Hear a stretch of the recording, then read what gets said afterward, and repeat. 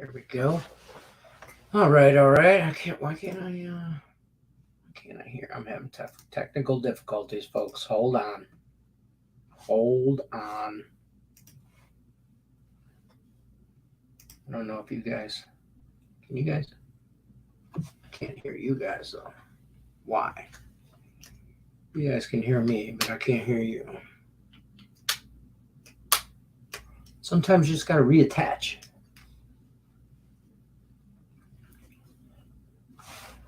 There we go. There we go. There we go. There we go. There we go. There we go. There we go. Sometimes you just got to reattach. You know what I mean? All right. So, welcome after that brief delay. I apologize. You guys know what time it is. It's Morning Wood time. Welcome to the Friday edition. You guys have made it. Congratulations. You've made it all week with no Allie Burns. You managed to make it. Nobody died. We didn't light the house on fire. Mom shouldn't be mad. Shouldn't be. I won't say won't, but she shouldn't be mad when she comes back. I didn't break nothing. It's early. I might be jinxing myself here, but yeah, that's that. Let's see. What do we got going on today? Today we are horse racing. We got to talk Belmont Stakes. So we're going to do a little preview of that. We have our horse racing expert extraordinaire coming on, friend of the program, Matthew, at Failed to Menace. I got my horse racing hat on. Am I putting this on the right way? I am. So I got my horse. Like if I go to the track, this is what I'm wearing. Okay. And probably a Tigers jersey. I'm not even going to lie. This was just, saw it in the closet and I'm like, we have no business beating the Blue Jays today.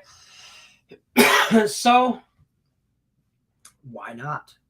Why not? I would say hi to the chat. Oh, look, Simon says there are 1, 2, 3, 4, 6 of you left in last Woody standing. And Simon says is one of them. So the KC Royals money line.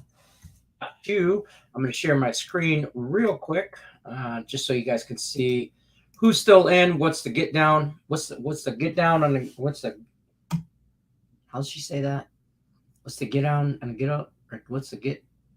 Oh, what's up with the get down? That's it. So you guys can see what's up with the get down. AJ's still in it. Freaking Vegas still in it. Jermaine Chavis, Simon Says, Demi OG, and TS44, otherwise known as Tommy Salvato. Let me just make sure nobody put anything on the Facebook page for Last Woodies. Nope, not yet. So I will keep you guys all in there as well. Yo, what it do? Detroit, a good call on that college football, Canadian football. The CFL yesterday, I cashed on that. Thank you. Alouettes +4. They lost by 3, so we'll take that. I also took them and the over, so that cashed. Bang, bang. Had a nice little teaser. That cashed. Cashed the over. As Canadian football, man, it's back. Football's back, folks. Football's back. I know we got horse race tomorrow, but football's back. What's up, Lenny? Looking professional with the hat, and I also like my rival with that jersey on. So covering all bases today. Yes, sir. Got that fresh, so crisp, so clean, and so fresh and so clean. I'm a dumbass, though. I'm going to drink orange Powerade and stain it because, there's no vodka in it, so I should be good. So should be good. Matthew should be joining us shortly. He's going to come in, and we are going to talk. We can get rid of that. There's only 6 of you left. We're going to talk some I keep saying Preakness preview, but Preakness already happened. It's the Belmont. It's Kentucky Derby, Preakness, Belmont. But I get them flip-flop sometimes. I know the Derby starts first. That's about all I know. I try to cover all bases for you, Tate. Cubs plus the 1.5 on some baseball action today. I didn't do horrible in baseball. Our squad bet lost yesterday, though. The Red Sox, they just can't. And I know the Angels would do and all that, but they just couldn't. I couldn't put bat on the ball. last couple games. So winning 1-0, 2-0, 2-1, whatever. Bullshit. Bullshit. Canadian football today. Underdog plus the points. I ain't looked at no Canadian football. I will. A little plus money. Honey, do you miss us? You miss us. She's on vacation, but she will be back Monday. So she cashed on that. Good morning, Lenny. There should be vodka in it. It's Friday. Let's roll. Game time decision, it probably will be. But I got to get my act right on. Speaking of act right, we got the man, the myth, the legend himself in the room here. We're going to bring Matthew in, our expert handicapper, horse racing handicapper over here. We won a little bit of money on the Derby day, so thanks for coming back. Yeah, absolutely. Thank you for having me. Absolutely. Allie is totally bummed. She's on vacation this week, so she's going to miss you. But she's in the chat, so she's definitely we're involved. Good morning, Woodies. Mama's coming home. She'll see you guys on Monday. Yeah, Dad's in charge of the show. So we made it this far. I haven't broke anything. Nobody's, I don't know. They're probably all mad at me, but I don't care. Look, I haven't broke anything. Nothing's on fire. And I got our horse race guy over here for you guys. So absolutely. I got my cool hat on. I'm ready to roll. You might see Detroit Lenny at a horse race track. This is probably what I'm wearing: a baseball jersey, a cool hat. I probably got a cheap beer in my hand, and I'm looking for the hot dog guy. That's not a bad setup, man. That's a really nice setup, actually. Right, exactly. That's just how I'm rolling. Oh, look, she's had a beer in her hand since I got here, and I don't plan on putting it down until I leave. Now that's a vacation. That's a vacation, my friend. Absolutely. So Matt, how'd the Preakness go? We missed you on the Preakness. We had some scheduling issues or whatever. So how'd that go for you? How'd that turn out? Pretty well, actually. I mean, it was funny. It's a great example. I think what happened at the Preakness is an example for any horse players out there. You always have to be flexible and be willing to call an audible. And so one of the things going into that race, I was a little lukewarm on early voting. I didn't know if the race was going to set up well. I didn't know, how the closers were going to run. And so I just wasn't sure about early voting being on the lead. When I was actually at Pimlico that day, and when you were at the track, it was entirely obvious that they had souped up that track to the point where early speed just could not get beaten. And so suddenly early voting looked like the best bet on the card because he had that early speed to get out there. And so I called an audible, and at the last second, I put $20 down on early voting to win, and that paid off at 5-1. So that was a nice little day for me there. But, it's always important, as much work as you put into, handicapping a card and looking over the race and looking over the race shape. You always have to be willing to understand that maybe what you see in the paddock isn't very good. Maybe the attitude of a horse is maybe not what you want to see, or maybe a horse looks really perked up in the paddock, or the track, in the case of Pimlico at the Preakness, was just really souped up and really ready and favoring early speed. And you got to, at that point, go, okay, like, I can't fall in love with my picks so much that I ignore reality and what's happening in front of me. So Preakness was a lot of fun, though. It was a great day at the track. It was beautiful weather, so a lot of fun.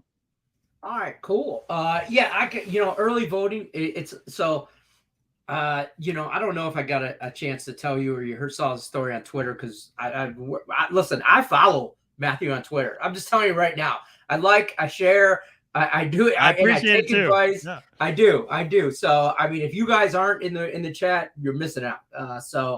But for the Derby, I got to tell this quick story. My kids, I give them all like $2. So it's like a $2 minimum bet. Pick a horse, any horse. I'm putting $2 on it. If they win, you you keep the money, right? Yep. So, and I got 3 bonus children, and then my 2 older children. So I call them up. They live in Arizona. Call them. I'm like, these are the horses. Blah blah blah.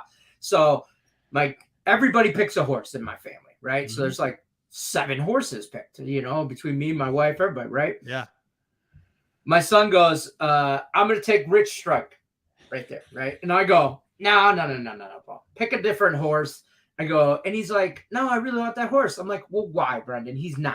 Yeah. And he's like 95. At the time, he was 95-1. He's 95-1. I go, okay, that's his odds to win. He goes, oh, I thought it was his record. He thought it was his record. So I'm like, no, bro, he's not 95 wins and 1 loss. And so he thought it was his record. Yeah. So then I talked him off of that. And, Yeah. basically he picked Epicenter, who finished Yeah. second in that race, I believe. Right. And he's watching the race, and I'll never remember. It's this pure disappointment in his father. It really was.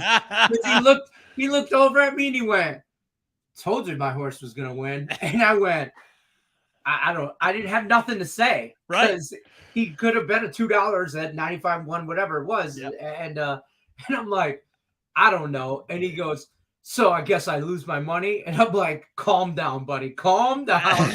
Yes. This is what we call a learning experience in handicapping.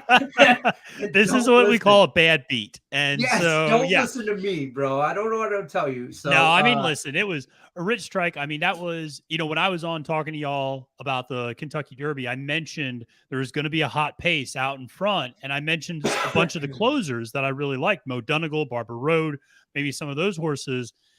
And Rich Strike got the trip. Mo Donegal, Barber Road had to swing out 10-11 wide, and it just crushed their momentum.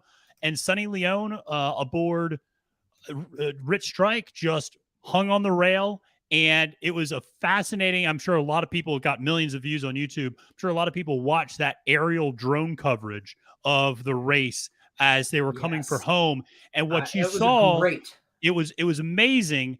And what you saw was Summer Is Tomorrow, who was the rabbit, if you will, who was setting that early pace, was just backing up. He was completely out of energy.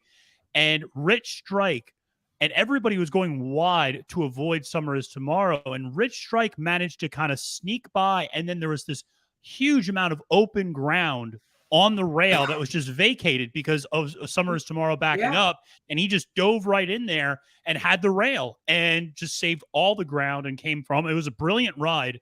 And it was a sort of once in a lifetime, type of ride and performance, but can't take anything away from the horse or the jockey. Amazing job.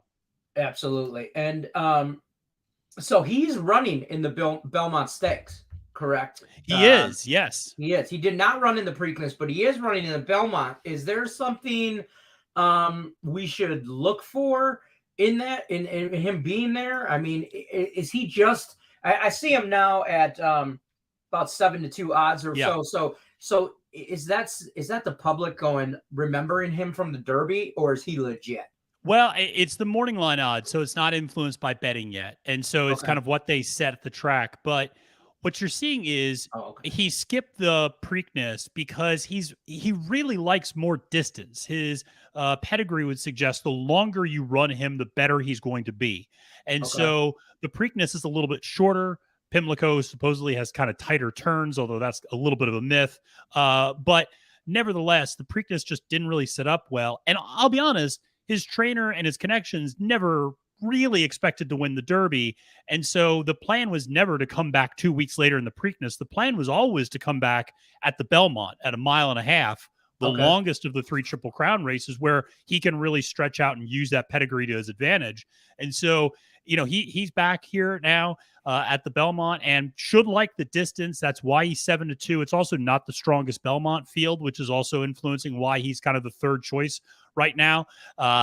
And as TS44 said, the value's gone at 7-2, and I wouldn't be surprised if he gets bet down from there because the general public is going to start. Lenny, to your point, I think the general public is going to start betting on him, and that's going to drive those numbers down even more. But the issue, and we'll get into the Belmont in more detail, but the issue with his race is he's not going to get the same race setup that he got in Kentucky. It's not going to be very fast up front, and he's not going to have this blistering pace to close into. So we'll see. I mean, he definitely can do the distance, and that'll help him. But it's going to be a tall order for him to try to pull off the second upset. Now, we don't have a big field in this race. I mean, 8 horses, correct? Correct. Why is that there's so many, like, Derby time, and then it seems like then it's the Preakness, there's less, and then there's the Belmont, there's even less. Why is that? I always wondered that, and that's a stupid question. I apologize. No, it's not a stupid question at all. It's a really good. Yeah, it's a really good question. So part of it is ownerships, to be honest. A lot of Okay. owners want to say they have a Kentucky Derby horse. And so there are more horses than who probably should be in that field that are in that field. Okay. It's just And, so clustered. yeah. And so, and through the qualification process, through the points process, you can qualify, you can get the points, etc. And so there's a lot of owners who just want to have their Derby horse, and that will help them in terms of a horse becoming a sire later on to go, they were placed in the Kentucky Derby. Even if they run 20th, they were still placed in the Kentucky Derby. Okay. Then you have the quick turnaround. Then you have 2 weeks to the Preakness. These horses have never turned back around on such a short rest. So unless you do really, really well in the or in the Kentucky Derby, you're probably not going to come back 2 weeks later in the Preakness. And so Right. that's kind of why you see the smaller field. And then you get to the Belmont. And the Belmont is referred to as the Test of Champions. It's 1.5 miles. It's the longest any of these horses are ever going to run in their careers. And Right. most horses are not bred to run 1.5 miles. And It's too so that's far, the right. other reason. It's just too far. So that's why you just keep weaning, kind of out horses as the process goes on. But and the Belmont field is always traditionally pretty small. I mean, people who Right. watched, the very famous, Secretariat performance in 1973, I think that was a 6 or 7 horse field. I mean, it's always been a smaller field. It's unlikely to get a double-digit field there just because there aren't a lot of 3-year-old colts who are confident at being able to run 1.5 miles. That's fair. So we have We the People, which I haven't seen yet, at 2-1 right now. I have not seen that. Mo Dangle, we're familiar with him. Yeah. Rich Strike, obviously we're familiar with him. Creative Minister, I don't think I've seen him or Nest. But Barber Road, seen Skippy Longstockings and Golden Glider. I want to say I haven't seen him either. But those Golden Glider and Skippy Longstockings are 20-1 as of right now. And don't think for 1 second my 9-year-old's not going to remind me not to take the long shot here in one of these races. So in the Preakness, he goes, well, which horse should I take now? And I know that was sarcastic for remember when. And I'm like, look, you pick your own horse, dude. I'm not saying nothing no more. I'm not giving nobody no advice because, and you know what he did? He picked Epicenter and a damn horse came in second. And I was like, it's a tough beat. I mean, last year, it's funny. Last year, one of my favorite horses, and sadly he's passed away, but was Midnight Bourbon. And Midnight Bourbon was a great racehorse, but always came in second. Just always came in second. Yeah, and and it was just heartbreaking because he was such a good horse and he was so valiant, but just could never close the deal. But he would always run these grade ones, the very best races, and he'd hit the board like a champ, and he made a lot of money for his connections while he was running. But it's tough. I think Epicenter has a little bit of that in him where he just runs second a lot, and that's you start to see that the more they run. Now we're not going to see him in the Belmont. Nope. He and Zandon, who I think is the other kind of really good horse out of that 3-year-old crop, are not. Epicenter ran that. If he had won the Preakness, maybe he comes back in the Belmont. But after finishing second in both the Derby and the in the Preakness, the connections are going to be pointing him towards one of the races this summer up at Saratoga, in all likelihood. So he's going to earn himself a month or two off, I'd imagine, from the track. Okay. So will we see him next year in any major races? What do you think the plan is with him? And I know it's speculation at this point. Sure. But it's a good question. So I don't think there's any, and maybe this is a good thing, and this is a little bit of what we saw out of last year's crop. I don't think there are any truly spectacular horses in this 3-year-old crop, with the exception of one, which we'll talk about later because he's not running in the Belmont. But I think because of that, there's not a rush from any of the ownership groups to get these horses out to stud. Last year, Essential Quality was so good that there was a real push, like, let's get him out to stud as quickly as possible. You don't really see that with this crop. So I would imagine Epicenter, Zandon, Mo Donegal, Barber Road, Early Voting, all these horses, they're going to keep running at 4 years old, which is great for the sport because it allows for there to be more, rivalries that develop, and you get bigger fields. And so I'm hopeful, because there's not an elite horse in this 3-year-old crop, that you see them run at 4 and even 5 years old. I like that as well too, because I mean, for the general public who doesn't really like, I don't really like majority of public follows like the 3 major horse races, Sure. like the Derby, the Preakness, the Belmont Stakes. They're following the Triple Crown stuff. That being said, like these horses, it's just a revolving door. They come and they go so quick, and so if you're able to say, oh, I remember that horse from last year, and that horse won me money, or that horse lost me money, or whatever, or whatever that was, you kind of, it helps. So I think it helps the sport is what I'm saying, Absolutely. No, the more the casual fan can know a name. I mean, I'll give you an example. Last year, one of the horses that and this year, because he's continued to run as a 4-year-old, Hot Rod Charlie. It's a cute name. My daughter's horse. And so, that's right. Her name is Charlie. Yeah. Her name is Charlie, so she loves Hot Rod Charlie. And so, but that's a horse that really has a huge following now. And because he's running as a 4-year-old, he gives gutsy efforts. He's a good horse, but he keeps running. And that keeps people enthusiastic about where's he going to run next? What races he pointed to next? It just helps the enthusiasm of the game. And it's tough to constantly, it would be a little bit, unfortunately, horse racing sometimes can be a little bit like following your local AA baseball team. It's just a new group of players every year.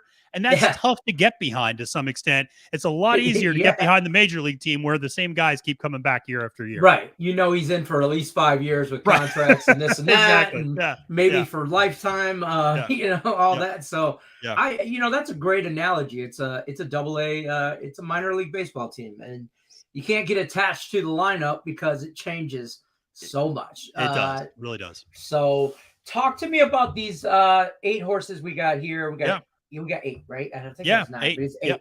Yep. What's your thought process on this? I mean, there's some ones that I automatically want to go to just because I know their names and whatever. But what are we talking? Like, I know now I know Belmont is the longest out of all 3 races. Yep. Where are you going with this? What do you think? I think there's a couple of things to keep in mind for people who are, looking at this race. One is, this is the complete opposite of the Kentucky Derby. As I mentioned, in the Derby, you had all these horses who had really strong front end speed, wanted to get out front, wanted to sit second, third, and it pushed an insane pace, a truly historic pace at the Derby. This is the complete opposite. There is only one horse in this entire field who wants to go to the lead, and that is We the People, who's the morning line favorite at 2-1, who's breaking from the far inside post.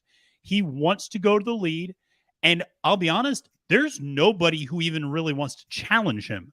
If you look at their preferred running styles, most of these horses like sitting mid-pack or much further back and are closers.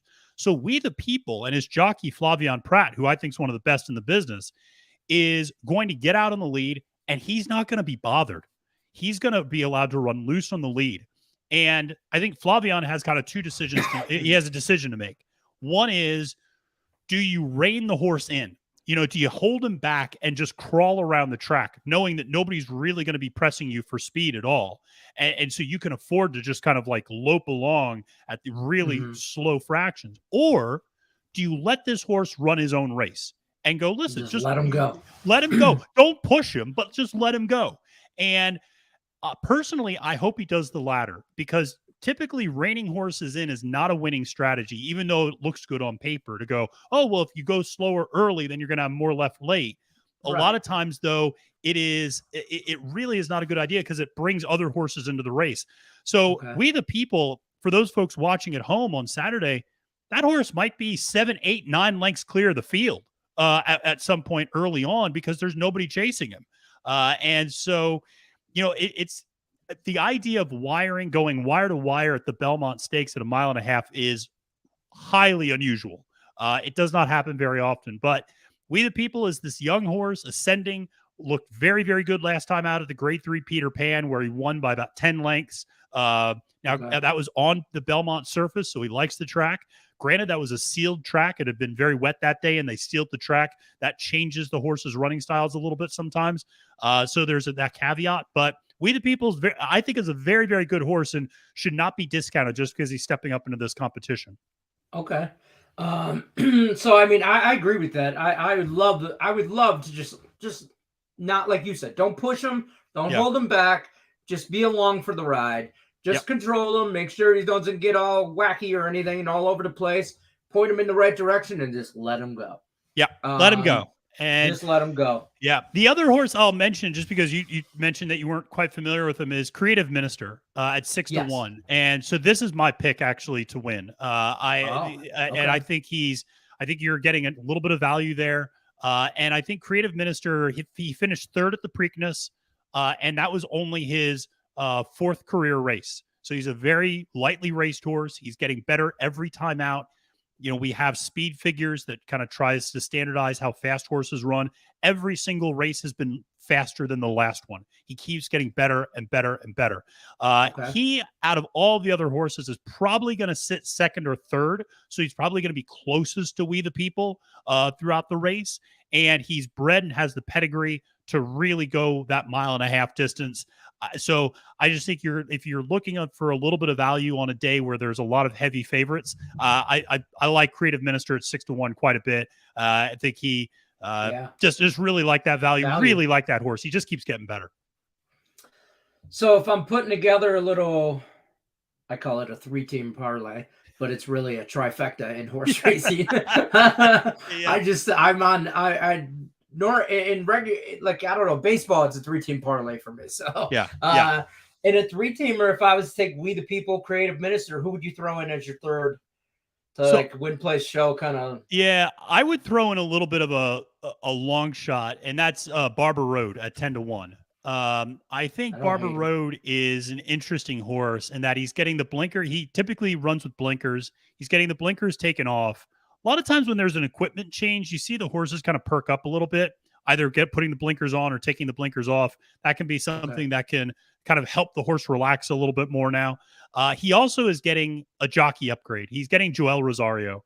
Joel Rosario is one of the best jockeys in the world. And particularly, he is one of the best jockeys at weaving through traffic and just maneuvering his horse around the field. He's absolutely brilliant at that. And Barber Road is a horse that I think will benefit from that jockey upgrade. And Vegas likes that horse.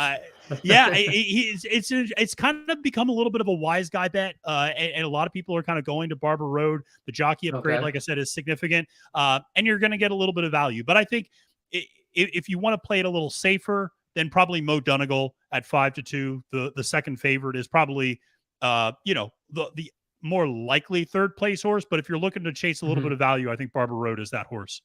Okay.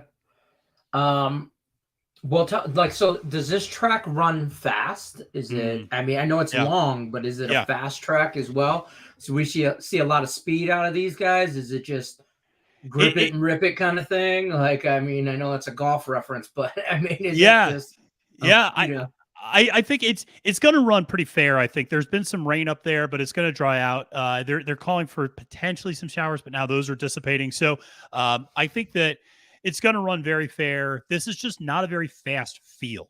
And I think that's something to just keep in mind. This is outside of We the People. Really, like I said, nobody else wants to go to lead. This is not a track that typically punishes front runners, but it's very fair. It doesn't punish front runners. It doesn't punish closers. Everybody's going to have an equal shot to make their run. The biggest thing to pay attention to on the day of the race, and this is maybe one of the reasons why I'm a little bit more skeptical about Rich Strike and Sonny Leone, is you typically like to see jockeys who've run in this race before, because this is such a big track. Because it's not just that they're running longer, because you could run 1.5 miles at Churchill Downs. You would just put the starting gate at a different point and run longer. Belmont is just a massive track. It's bigger than the other tracks. And so because of that, you frequently see jockeys move their horses way too soon. And so because normally a jockey might move a horse and start asking a horse to go around the third and fourth turn.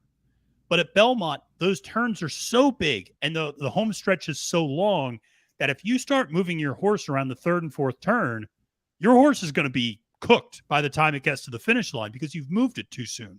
So I like to see jockeys who've run at the Belmont a few times, who know the course configuration, who know when to wait, when to wait, when to wait, and when to go. And so that's why I like people like Flavian Prat, Joel Rosario, Irad Ortiz Jr. I mean, these are jockeys who know the track well and who run there all the time and know we got to wait. You almost have to wait until you're in the home stretch to make your run, which is very counterintuitive to the way most of these horses have been trained and ridden most of their careers. Okay. That's good to know. I like that. Is there any other, anything going on with this race that we should know about that's out of the ordinary or anything like that besides the one horse you said the jockey change? Any other jockey changes or anything like that? No other significant. Is that like common? Not to interrupt you, but it's modern. It can be. Okay. And a lot of times it is one of those things where, especially when you go from the Derby with 20 horses, and the best jockeys are on the best horses, and suddenly now you're down to 8. Well, that means there's a surplus of jockeys that are floating out there now. You can take your jockey that maybe you like to, and Barber Road had a perfectly good jockey in Raylu Gutierrez, who I really like, but is just not as experienced and not as tested. And the connections made the decision to go to Barber Road or Joel Rosario, I should say. And so that will allow, so in those sorts of instances, it's pretty common. There can be times where trainers just decide they don't like the way a jockey's riding their horses anymore. One of the more famous examples recently was Steve Asmussen, the winningest trainer in all North America, used to use Ricardo Santana Jr. as his number one jockey. And I was at Philadelphia Park's track the one day of the Pennsylvania Derby, and Ricardo Santana Jr. gave this horse Silver State just an abysmal ride.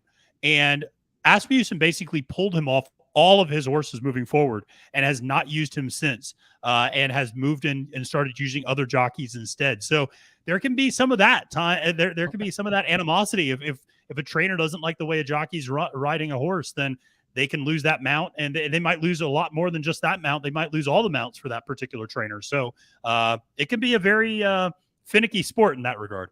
Yeah. Okay. That's interesting. A little drama there. Yeah, always drama. That could create a little, know. But to your first question about is there anything else to look for? I think the big one is Nest. Nest is a filly. She's running against the boys. The last time we saw Nest, she was running in the Kentucky Oaks the day before the Kentucky Derby, and she ran second in that race. She ran second to Secret Oath. Secret Oath, of course, was the filly that came back and ran fourth at the Preakness. Now, here's the thing about Nest. There's a couple of things that are interesting about her. I don't think she's fast enough to win this race, but she's got some intriguing connections that would suggest that she will run well at the Belmont. First, the last filly to win the Belmont was back in 2007. The horse's name was Rags to Riches. Rags to Riches was trained by... I know that. Really? That okay. Yeah. That wasn't that long. Yeah. I've been betting these three main races, the Triple Crown races, for 30 years. So, I mean, I'll be honest with you, that's probably the only three horses I bet on a regular basis. But I remember that horse. Yeah. Because I remember the names. Yeah. The names, they stick with you. They do. If you won money on them, you're like, ooh, I like that horse. Then they really stick with you. Yeah. Yeah, exactly. So Rags to Riches won that 2007 Belmont, was trained by Todd Pletcher. Nest is trained by Todd Pletcher. Now, here's the other thing. Rags to Riches, her sire was AP Indy, a horse named AP Indy. Nest's mother's sire is AP Indy. So she also has AP Indy in her bloodlines. Now, what's really interesting is the horse that Rags to Riches beat in the 2007 Belmont was the horse Curlin.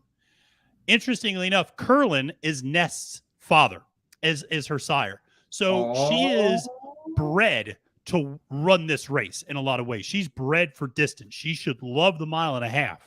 I just don't know if she's fast enough. And I think that's the big question. But if you're just betting on pedigree, she's hard to ignore.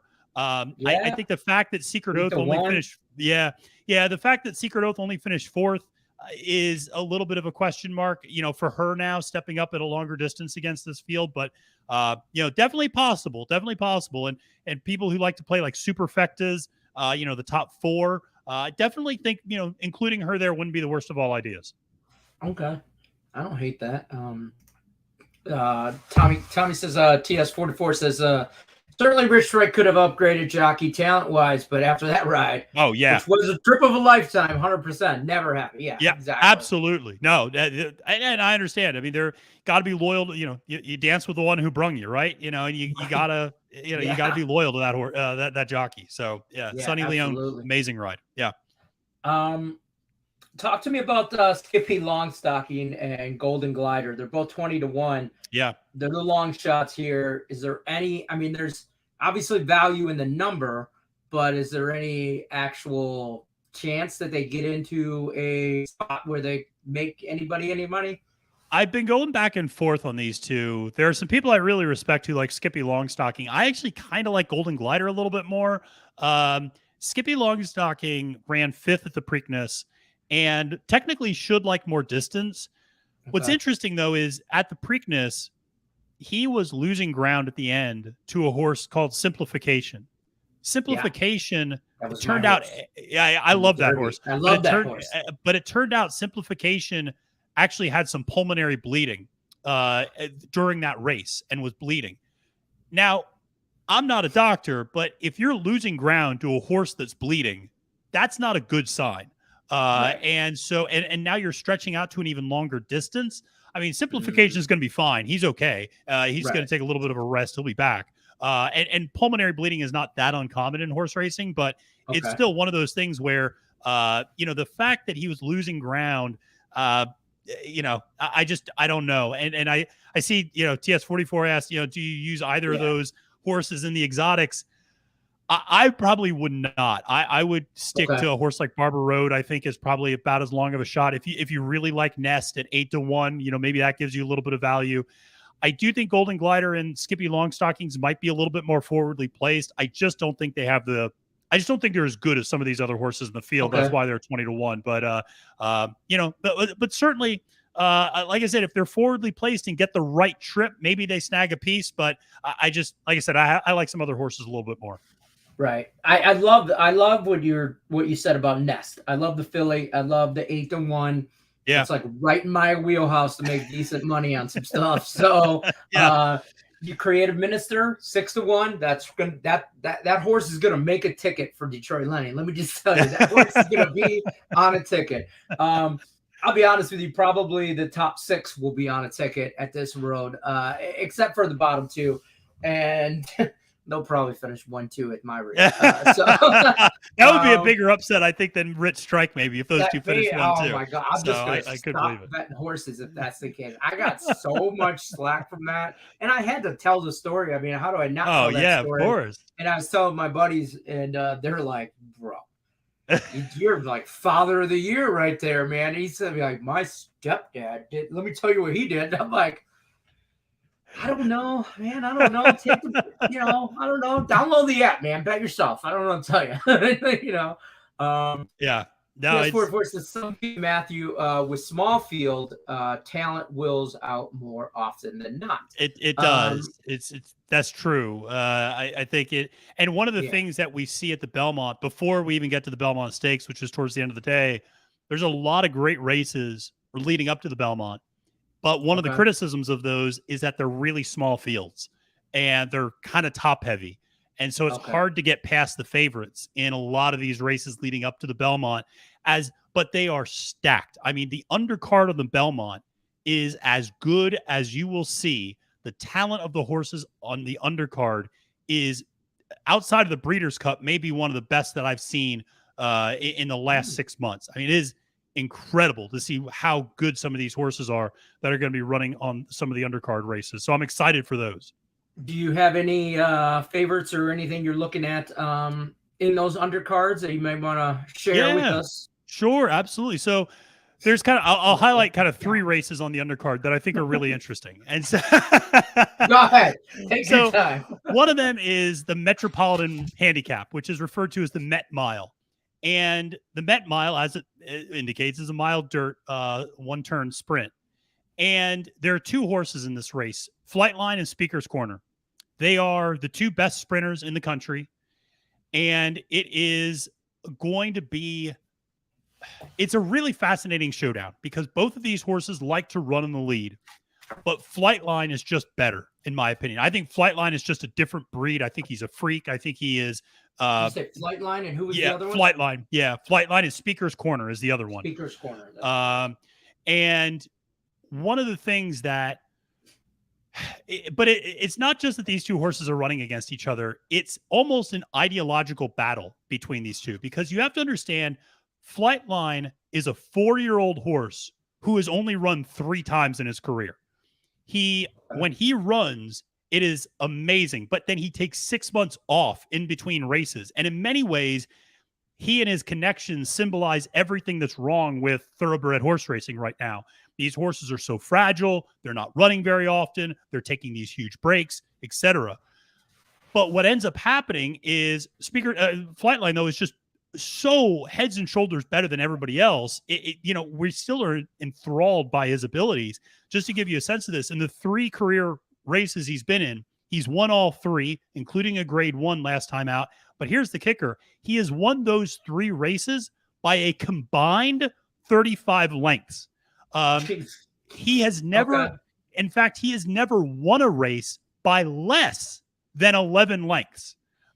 He just dominates the field. And so is just so good. But again, is this really fragile horse that it does sound like Kyrie. That's a good analogy. I mean, that's a great analogy.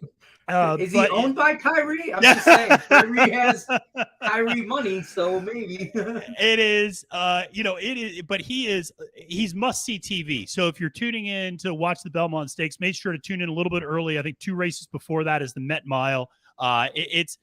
It's going to be something else because I think Flightline's just so much faster on the front end than Speaker's Corner can be. And Speaker's Corner in many ways symbolizes the type of horse we hope all horses are like. He's the same age as Flightline, and yet he's run in 3 times as many races. He's going into his 10th career race, and he's going to keep running for a while, and he's going to, probably run until he's 5 or maybe even 6 years old. That's what we would love to see out of horses, not horses that are put in bubble wrap and unleashed, once every 6 months and then put back in bubble wrap and then out to the stud, fields. Kind of hard not to race more races than this guy who shows up at, weddings and funerals. I got cousins like that. That's the only time you see them is at weddings and funerals. Exactly. That's what it sounds like Flightline is. Hey, but when you're that good, I mean, it just kind of, that's the thing on the field, like what's happening. Exactly. So he's really exciting. Another horse running in the Woody Stevens which is a couple of races before that. He's a horse I talked to you all about last time I was on, actually, Jack Christopher. Christopher ran that Pat Day Mile. Derby. Did we win on that horse on the Derby? I won money on that horse. Yes. Yep. Me and Allie both. We were texting each other going, did you take it? What was the name of that horse? I'm like, I wrote it down. It's Jack Stevens, right? Yeah, Jack Christopher. Jack Christopher. Yep. Running in the Woody Stevens. Yes. Yep. And so Jack Christopher is just one of those horses that I love the way his trainer Chad Brown is handling him. He looks so good at the Pat Day Mile, but that was after a 9-month layoff because of injuries. Now he's back in 5 weeks. I love the fact that Chad kept him at a sprint distance. They didn't try to make him run longer. They kept him at a 7 furlongs, actually cut him back a little bit.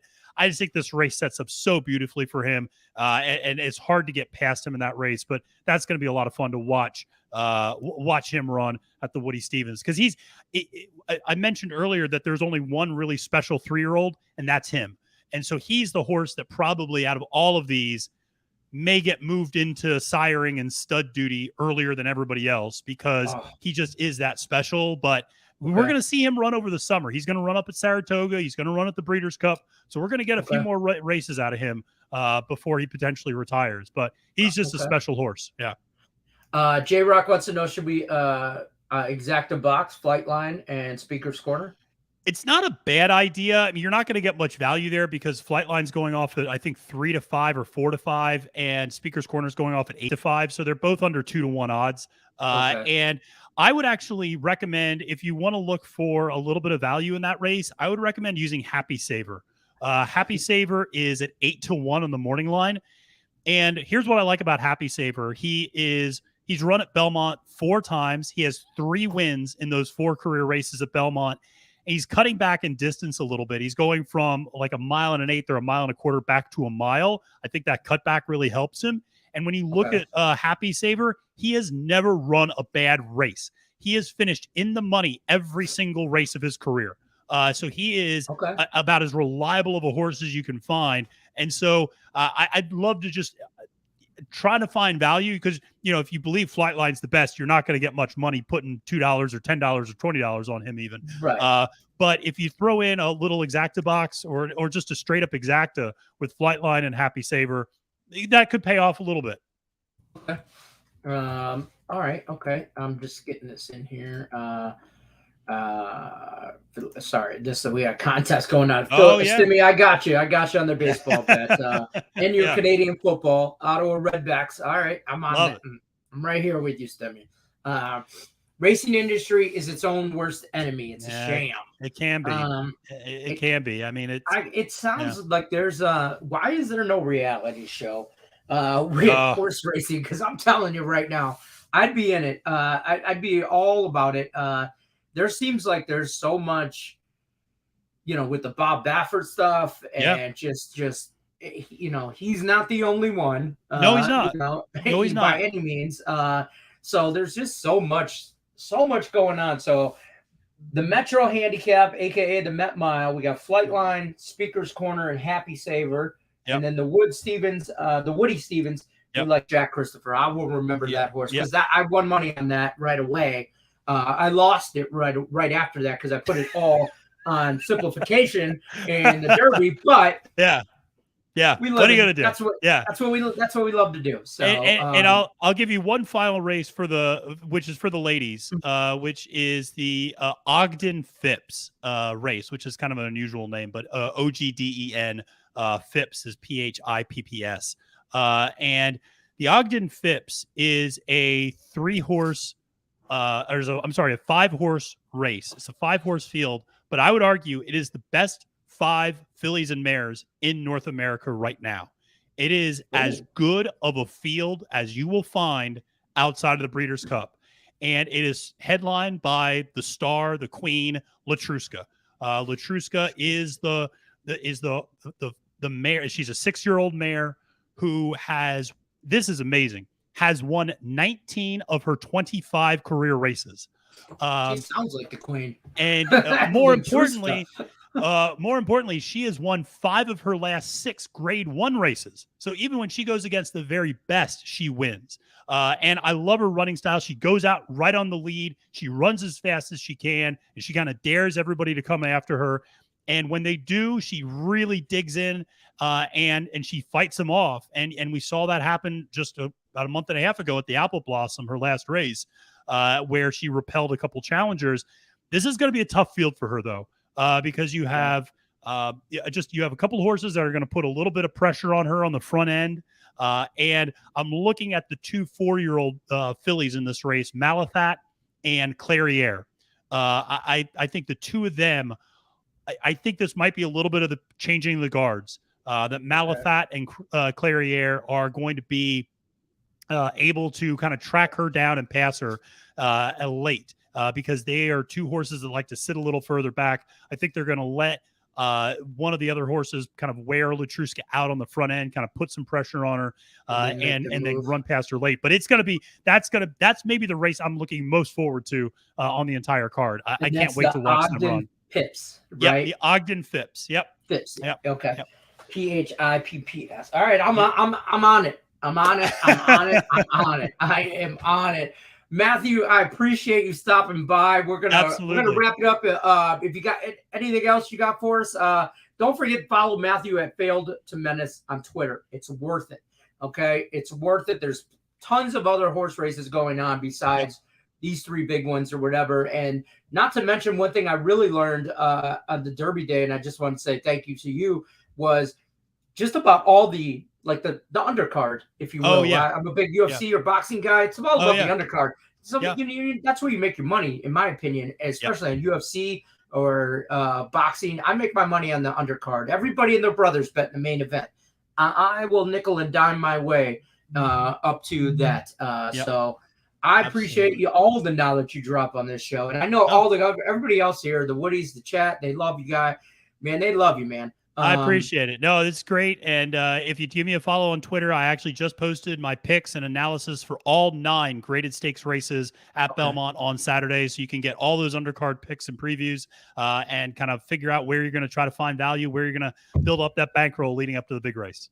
That's the key. I mean, that's the menu, folks. That's the recipe. You bet the undercard to make a little money there. Then you take that money. You're playing with house money anyway. Exactly. And then you play, then you go there. So absolutely. So I appreciate you stopping by. You're always welcome. Friend of the program. Allie Burns is she's probably still watching, but she's totally bummed that you were coming on today. And it was like, she's like, I mean, but she's up in Portland right now. Oh, that's lovely. Who vacations in Portland? I don't know. I've never been to Portland, so Me neither. But that might not be so bad. I don't know. She's got people up there though. But hey, anytime, I'm happy to come back. Maybe talk Saratoga later this summer and give some updates on some more big races happening across the industry.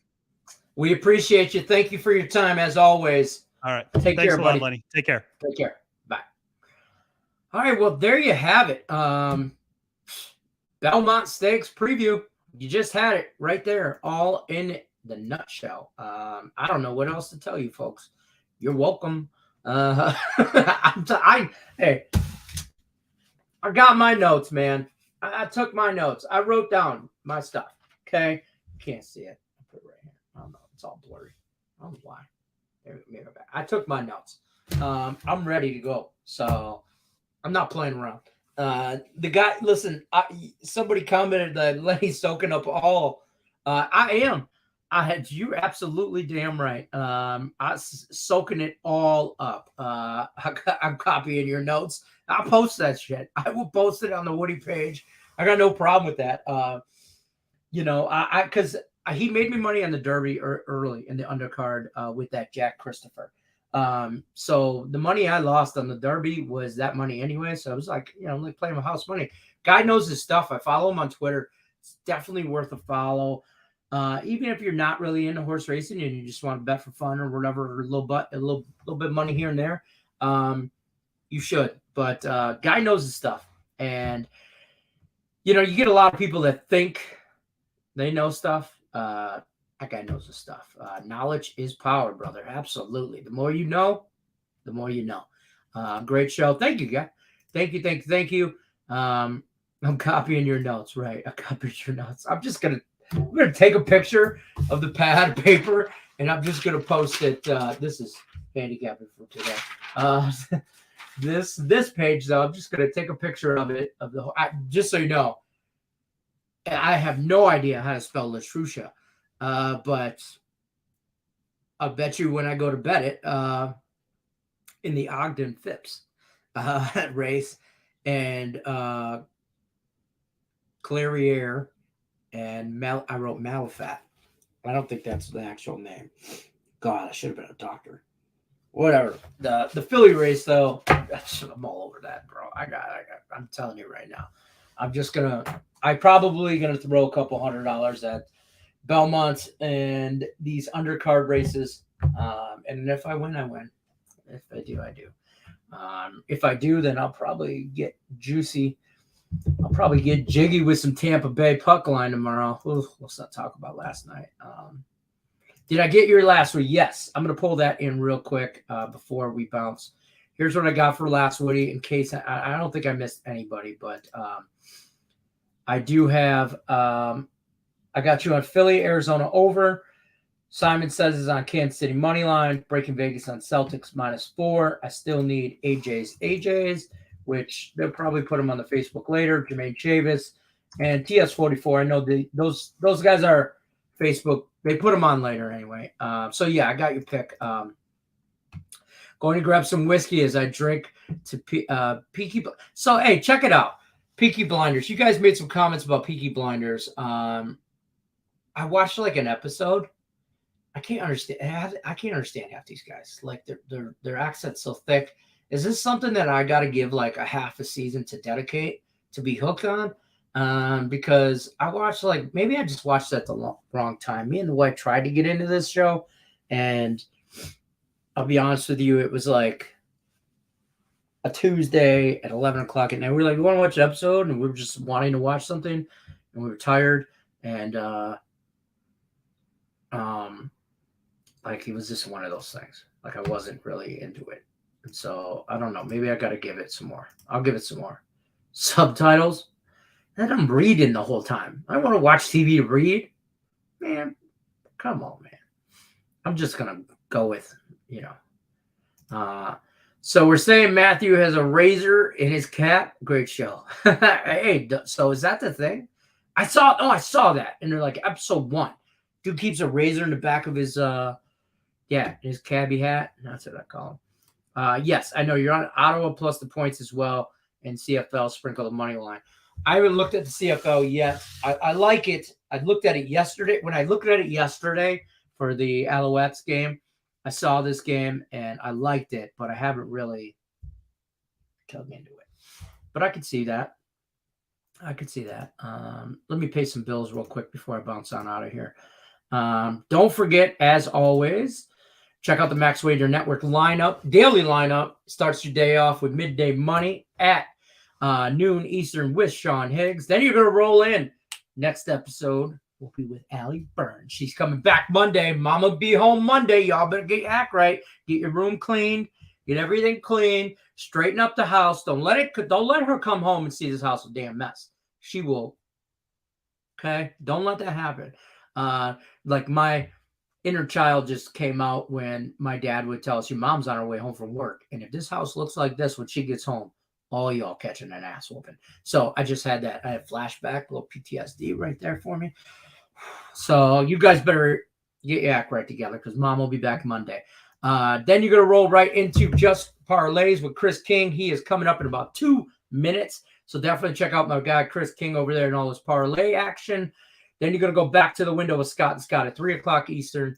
Then you're going to head over to Sean Miller, all the soccer information you could possibly want at 4 o'clock Eastern. Main event, heavyweight battle of the century. Detroit Lenny, Tim Earl, Nick Earl Sports Bets.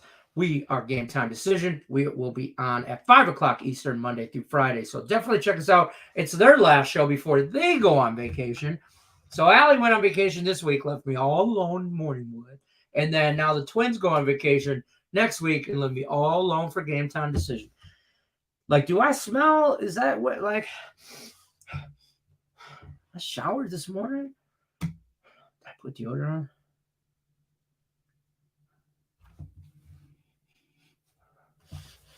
Yep, I did. That's just the man code right there. I don't know what to tell you. Other than that, guys, it's really going to wrap it up. That's why Peaky Blinders, that's their thing. Okay, I got you. I got you guys. All right, we appreciate you guys stopping by. Appreciate you guys all coming through for the Morning Wood Sports Show. You know the deal. Good luck, unless you're against me.